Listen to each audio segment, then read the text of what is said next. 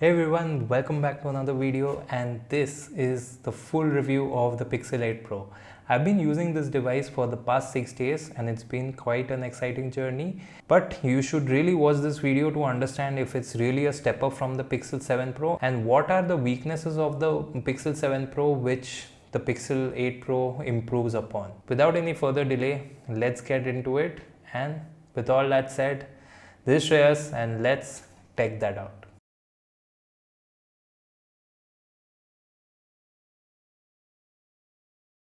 Cool, let's start with the fundamentals again, the design and the build quality. I think the build quality is excellent. This time the changes in the designs is going to be the matte frosted glass at the back, which is an extremely welcome change. I've been ranting about it for the past two iterations of the Pixel 6 and the Pixel 7 series, but finally here it is, but only for the Pro. So keep that in mind if you're ordering a regular Pixel 8. The one thing that goes away actually is going to be the curved display. We have a fully flat display. I am personally not a fan. That's my take on it. It's easier to hold when the display is curved, but I can understand a lot of people have concern about breaking it or having accidental touches. Although that's not my personal experience, it is what it is. The good news overall for people who are really picky about the bezels is that it's almost symmetrical. It's very slightly unsymmetrical on the top and the bottom bezel. So if you look at it from a distance, you won't even notice. The other thing which the flat display contributes to is actually a thicker metal frame. Now that the glass is not melting into the sides, the frame can be a lot more thicker. I hope this adds on to the durability of the phone. And few classic Pixel things, you have all the buttons on the right side with the power button on top. They are extremely clicky and sound like this.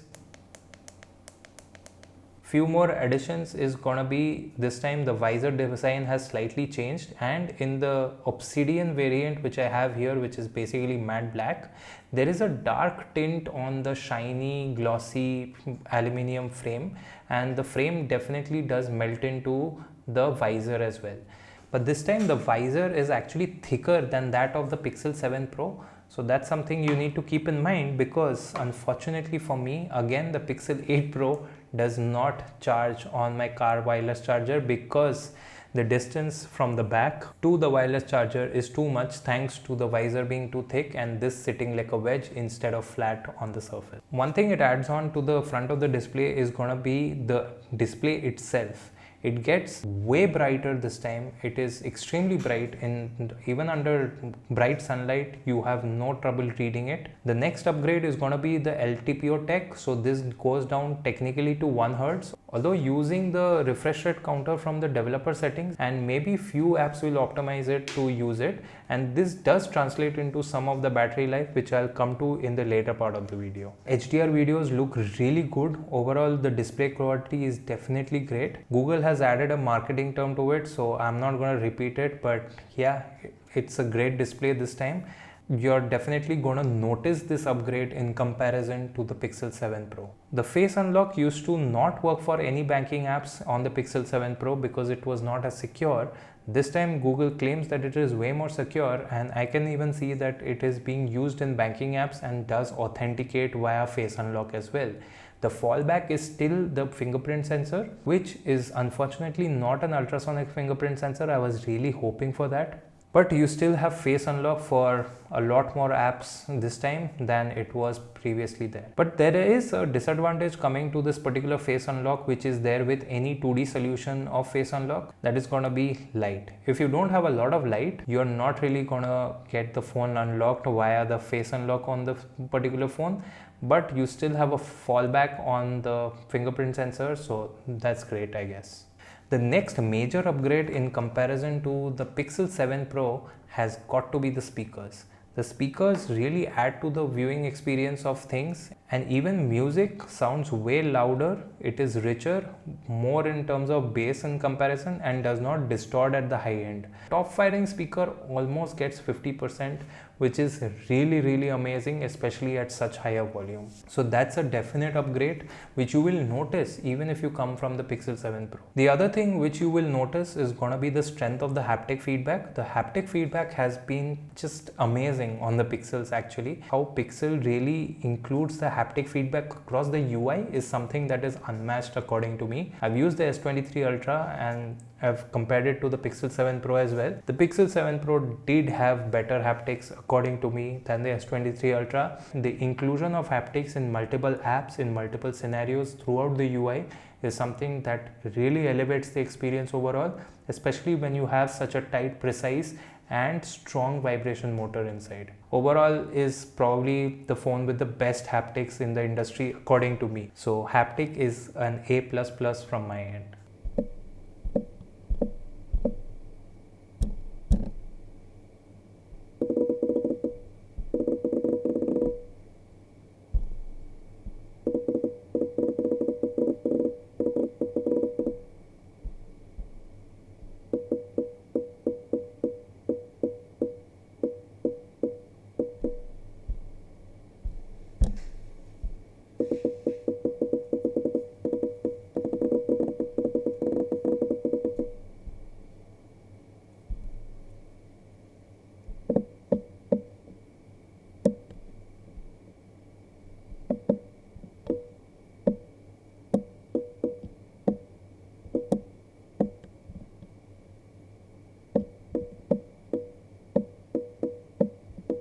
So the performance has been an Achilles heel for the Pixel series for a while now. Since the introduction of Tensor, there have been problems in terms of stability, in terms of heating, in terms of network reception, etc, etc. How does the Tensor G3 fare against the Tensor G2, for example?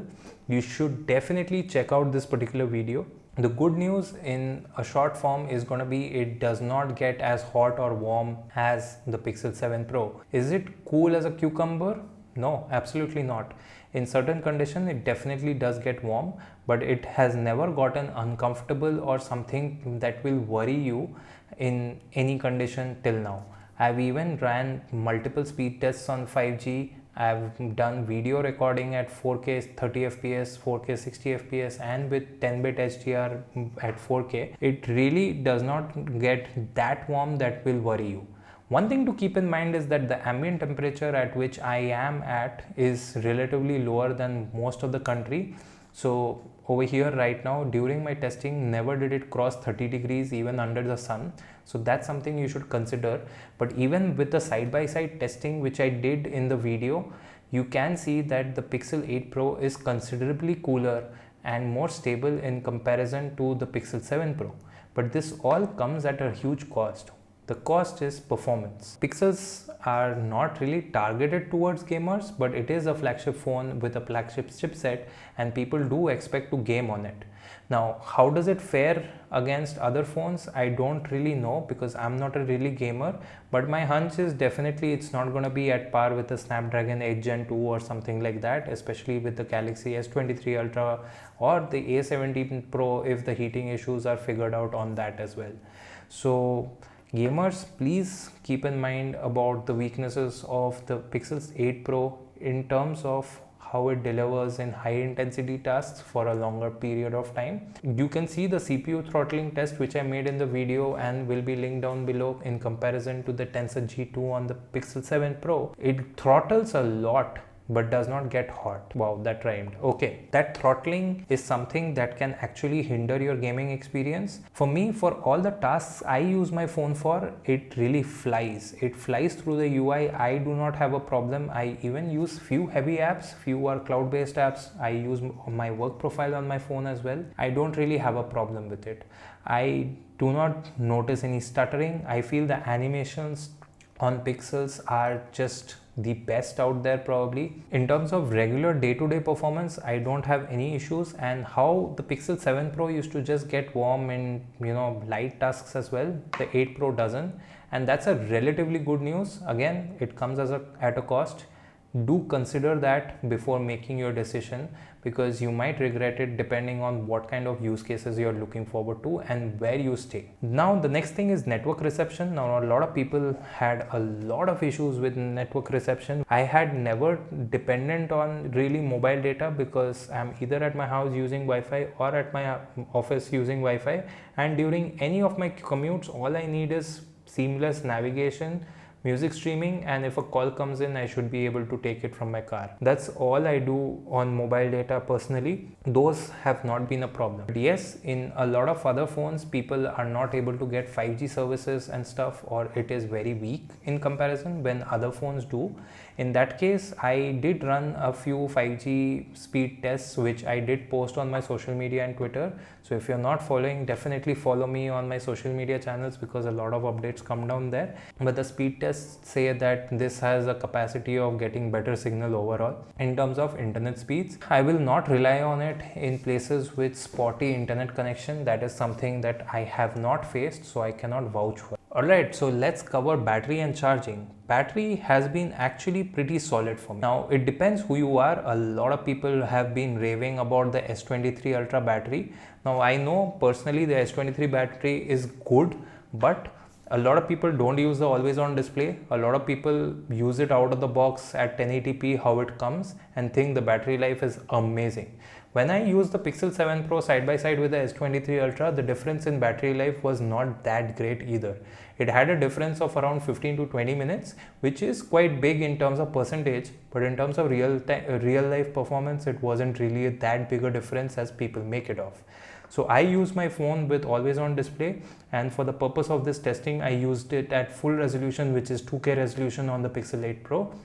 And it has given me around 6.5 hours of screen on time with very heavy usage. My data usage is significantly lower than most other people. 80% of the time it was on Wi-Fi. The max I've used it on data in a day is around 2 hours. The next thing which Google said was an improvement compared to the Pixel 7 Pro is the charging speeds. This phone as well does not really cross that particular wattage, although they claim 30 watts. My cable at least shows 25 to 27 watts max. If you have seen otherwise, definitely leave a comment down below and let me know about it. I have tried many PD chargers, I have tried many cables, but really the charging speed does not really change.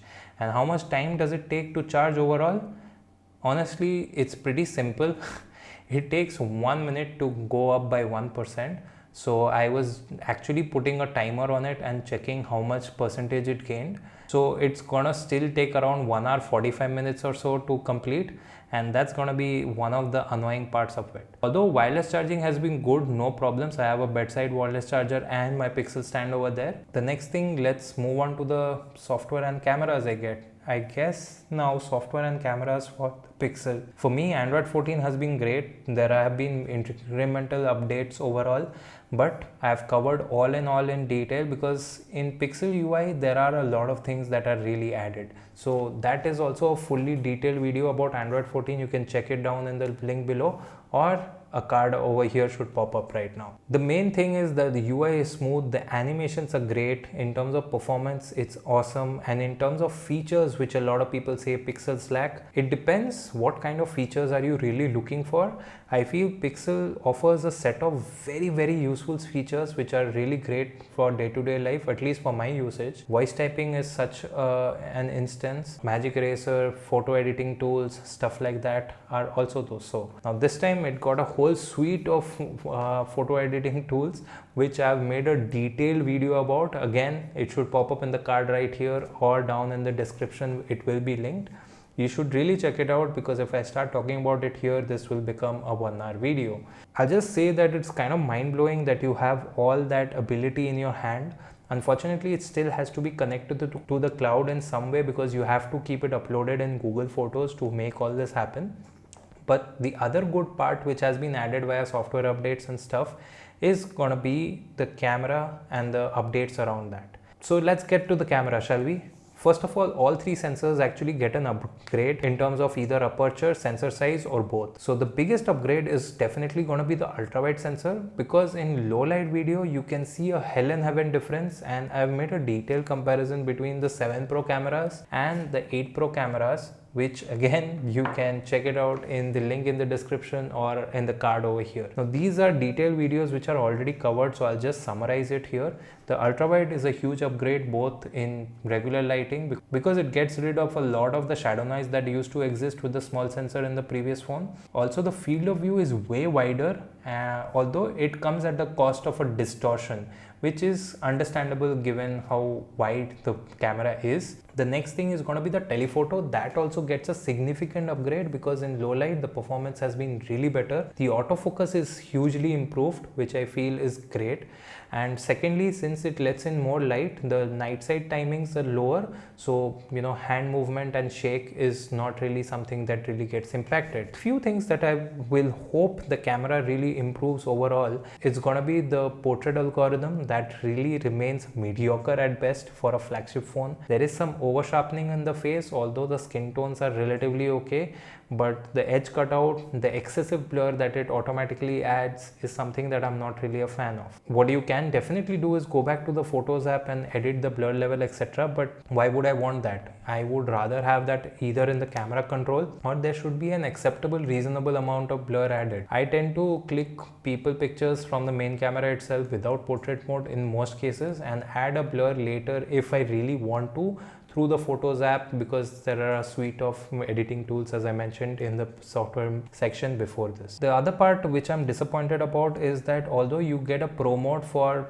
clicking pictures and in the photo mode of the whole app, and the whole UI refresh of the Google Camera app is really exciting, it gets no pro mode settings for the video modes, which is kind of disappointing, to be honest.